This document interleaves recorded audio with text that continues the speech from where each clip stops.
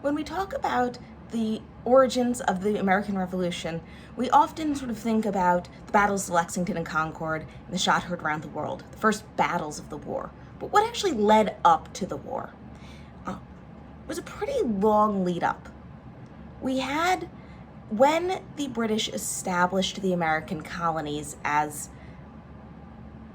part of the British government, right, as part of British territory, they established a thing called Home Rule.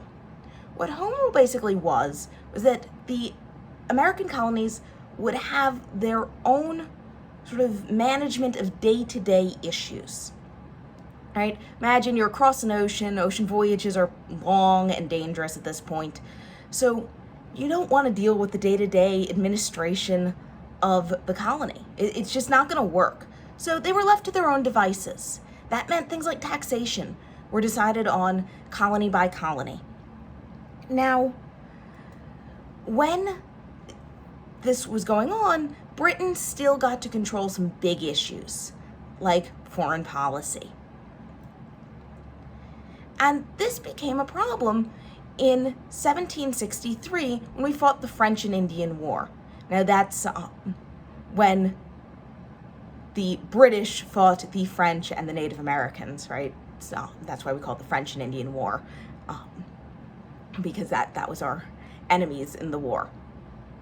So in 1763, we fought that war, and Britain had to raise taxes on the colonies to provide funds to fight that war, right? From Britain's perspective, why should British taxpayers pay money to fight a war to defend land that most of the British taxpayers would never, ever, ever see?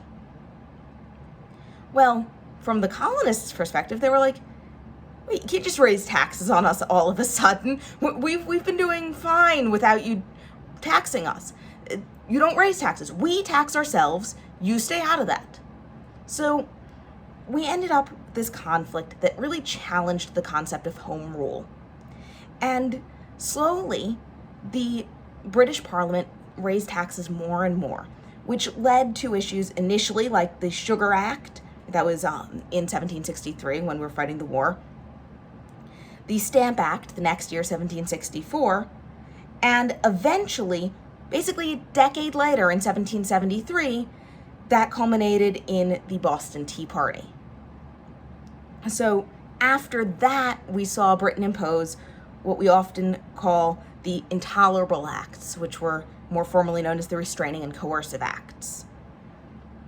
That is when we started to meet and form continental congresses to resist British rule.